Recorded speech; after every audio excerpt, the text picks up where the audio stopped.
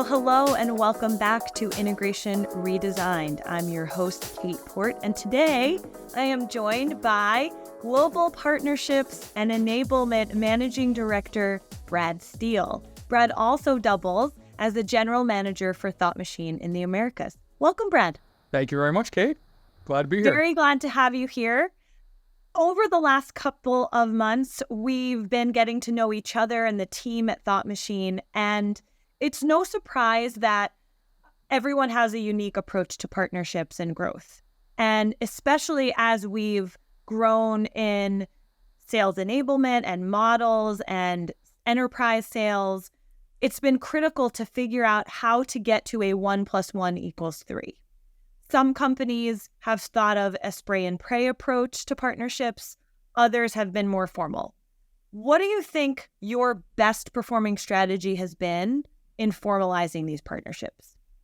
But it's a bit of a mix of both of those, actually. I think it's tempting to always take a spray and pray approach at first. I mean, if you're building a partner team or organization from scratch, you don't really know who are obviously going to emerge as your best partners. So for me, what we did here at Thought Machine and then what I've done in past lives is we often just cast a really wide net to begin with, and you sort of have to see, what all is out there, and then which of those fish begin to really rise to the top. Not because they're dead, but because they're the best ones, the biggest ones, the ones that are going to provide the biggest impact to your business. So I do believe in having to cast a wide net at first, and then beginning to gradually, vet those relationships, but more so, whom are you able to establish real trust with, a real bond with from a business and a personal perspective as well. Very important in establishing that trust early on. And I've always looked at partners who share a similar sort of culture and ethos to your organization. So for us, we want to partner with companies who are cloud native, very cloudy, very cloud centric, cloud forward, innovative, scrappy, want to move fast, and are looking to, obviously your objectives have to be very well aligned. And that's, there's got to be a clear alignment on what we're trying to achieve for our joint client, what outcomes we're trying to drive, or it's going to just begin to separate very, very fast. But I can't emphasize enough. It's like interviewing people. You have to have that kind of innate sense of, do I trust this person? Do I believe what they're saying? Do I believe they're going to do what they say they're going to do? Am I comfortable representing this partner to my CEO? Would I want to bring my CEO into the meeting, and have that person, my CEO, walk away with a sense of, okay, this is somebody we want to put it in the hands of our business, or put our business in the hands of, rather, to help us drive forward. So it's a bit of those both. And then as you cast that net and begin to build those motions and earn that trust, it's then you do have to get into more formal sort of alignment around, whether it's a formal partner agreement or something to hold each side accountable for what you're expecting out of the relationship. What are kind of the rules of the road of the relationship when somebody goes outside the bounds? How do you call that out and course correct? And then how are you going to measure the success of that partnership? And you just have to be very candid on what great looks like, and when things aren't going well, being able to pull the brakes and be willing to have that hard conversation of, this is not working for us. It's the relationship. It's just, we need to break up and move forward. I think the analogy to dating is maybe a little basic, but it certainly resonates, because when you think about the best partnerships and working relationships that have existed, if I look back at my career, it's always started with the team and the people. And while, of course, the technology has to overlap and you have to be delivering value, I love that those are things that you brought up. That relationship has to happen, because when you go on that first date or second date with that partner, where you're introducing them, they're introducing you, and your teams are all getting together, it can seem really exciting in the beginning. And then when you really get into the meat of it, you realize maybe this isn't the match that I thought it was. But a big part of that are the people.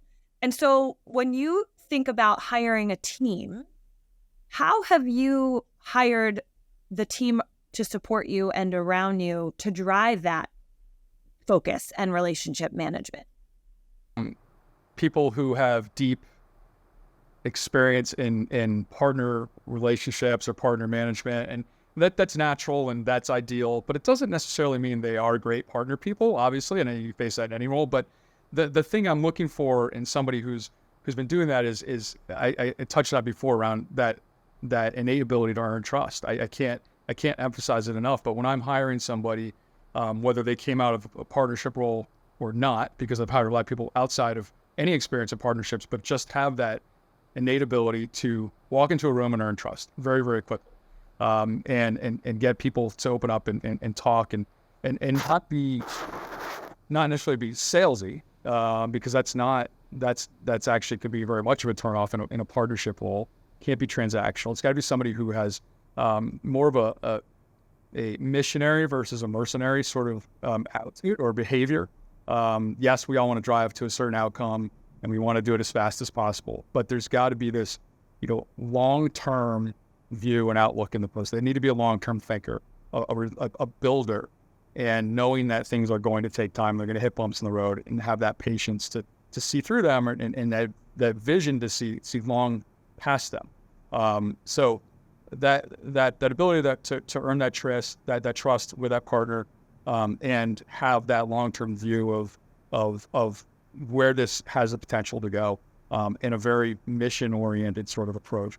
However, we can't, successful partnerships is often hard to measure. I often kind of say it's like a billboard, that how do you, often, billboards can be effective, but often how are they, how do you measure them?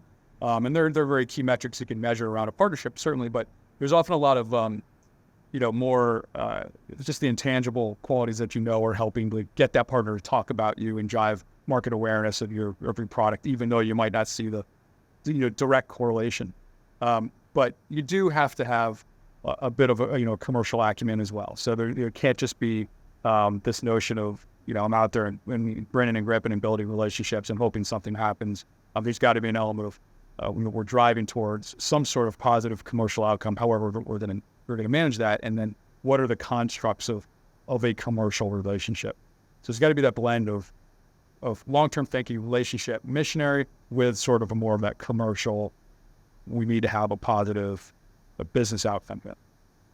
There's a couple other things I would add to that too. From a people perspective, I think it's also important to have someone who has a lot of backbone and has can use it tactfully. And what I mean is, it's easy to, and this can be internal and external. So there's often a lot of conflict between a partner organization and the sales organization within a company. And although certainly partner teams are there to support sales and drive sales outcome, there could be some conflict, just inherent conflict around a variety of different things. But it's important to have a partner person from an internal perspective with backbone to be able to manage through that conflict and make sure you're meeting eye to eye and helping each other down the same path without being in conflict with each other. But even more so perhaps is externally. I mean, when you're a partner person, you're working with other partners or bringing partners to clients, there's always inherent skepticism around partners and partnerships, and from a client perspective and other partners. And you just have to have the ability to go, toe to toe with the most, senior people in those partner organizations, to be able to, again, make sure you're truly aligned in both getting the outcome you want, that it's a partnership. So it's not one-sided, and that those can often be difficult conversations as well. So I think somebody who has a lot of backbone can use it tactfully, appropriately, not just come in and kind of be a bull in a china shop and pound their way through the relationship. So many things that you said resonated with me. One being that when I interview someone, whether it's a phone screen or in person or over a Zoom or Google Meet, I can usually tell pretty early on whether that person is going to be a fit for what I'm hiring them for. And it feels like in a partnership role, that would even get highlighted. Have you ever been on the phone with someone or giving an interview where you're like, there's no way this is going to work? Well, 100%. Yeah, many times. Here and in my prior life at Amazon, where I think I did close to 1,000 interviews of different, just over the 10-year career there. I've had many times where, and I often will end the interview early. I mean, it's just not worth anybody's time. But there's some within 30 seconds, like, this is absolutely not a fit. And conversely, there are others where within a minute, you're like, yep, this is the person. Yeah, like this is the person we're going to bring on, because not only do they have to be able to talk about themselves in a way where you're interested and engaged, but you have to then trust that they're going to talk about your company and in turn the partner that they're going to be working with. And I think that that's such a huge value add when you can get that. But we've all been on those calls, and we don't need to go down the interview path where, gosh, this is a waste of both of our time. Yes, absolutely.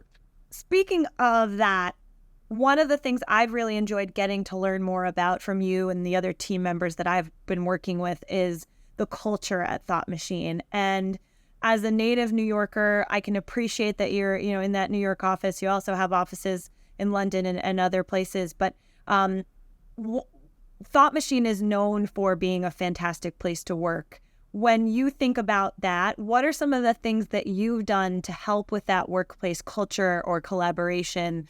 Because it has to be in the DNA if you're getting recognized for that type of environment. I mean, it starts with hiring. It just does. I think we have. I don't think we have some. So we are London based, and we have some very strong sort of cultural leadership principles for the company that when I'm hiring, when I have my team hire, I want them to screen for those principles. You need to hire around your culture, and what the leadership principles are. So it starts with that, and you have to believe in them and what they are. So starting with culture, but it's I think for us here in New York as the headquarters for the Americas office, we try to, everyone says that we try to make it a work hard, play hard sort of culture. But I believe we genuinely do. We have it's a very open environment, physically a very open environment. So everyone's kind of in each other's business throughout the course of the day, which can be fun. But we have a couple of elements to fun elements to what we do. We have Thought Machine in London. It's Thought Machine Friday, but we've made it. We've kind of Americanized it, or New Yorkized it, if you will. And so we do TNL, Thursday Night Live, instead of Friday afternoons. But that is our weekly opportunity for the whole team in the Americas to get together for. It starts off with just a half an hour of just updates, things going on, what's happening company-wide, globally, and then certainly in the U.S. or Americas. But then it just breaks out into intended to be maybe an hour of sort of more social, and get darts and a bunch of different games in the office, and drinks and snacks, etc. But it usually will go for multiple hours into the evening, and it's fun because you actually end up. There are people who will linger for quite a long time, and I have found when people want to actually hang out with each other post office hours, that's a really good indication that you got something that's working and people are gelling. So we bring the fun element into it. We do lunch roulette every couple of weeks, where we match people up randomly to go to lunch, groups of people. So that's been a nice touch. But just, I think keeping things light is really important. But you got to keep people tied to the mission. And I think that's one thing that Thought Machine's done well, is we just truly have an awesome mission, what we're trying to set out and do, and transforming banks and helping them, freeing them from these legacy technology systems that are completely stifling the banking industry. And I think people really buy into it, because we've all had crappy bank experiences, and we all see, wow, I can change that. And it touches so many people in the world in one way, shape, or form. So I think people have really bought into the mission of, there are very few industries in the world that need and are ready for and have to have your solution. They have to do this, and it's And so that's really gets people to really buy into this sort of I'm changing the world sort of mission, which is a lot of fun. And then I think it's just an extremely transparent culture where we're very, very transparent with what's going on in the company, good or bad, keeping it real, sharing numbers, sharing metrics, sharing anecdotes, delivering tough messages fast. And I think that just gets people to trust and buy in to what we're doing. And it's a real culture of empowerment and ownership. We want people to act like an owner, behave like an owner, treat the company like it's yours, like it's your money. And it just gets people to really buy in more to wanting to make it a great company. And it's a builder. If people feel like they're building something here and not just kind of spinning plates and keeping things going. When you were talking about the experience for your customers as well as the experience for your employees and building out a better banking experience, I think that resonates with many people in their day-to-day. And so if you're really thinking about the mission of the company being to change the banking experience, to then have that translate to the culture of your business, your employees, your partners, experience matters. I think it always has mattered, but it seems to be getting highlighted a lot more. And that's why people can get really bought in. So Right. I love that. I think our listeners will certainly appreciate that. We could even talk about that in another episode, I'm sure, as we continue down the road of partnership. But Brad, it was a pleasure. Thank you so much for joining us. And I'm sure we'll be back to talk more as things progress with our partnership. Yeah. Everyone, thank you for joining the DigiBee Integration Redesigned podcast. I'm your host, Cait. Have a great day.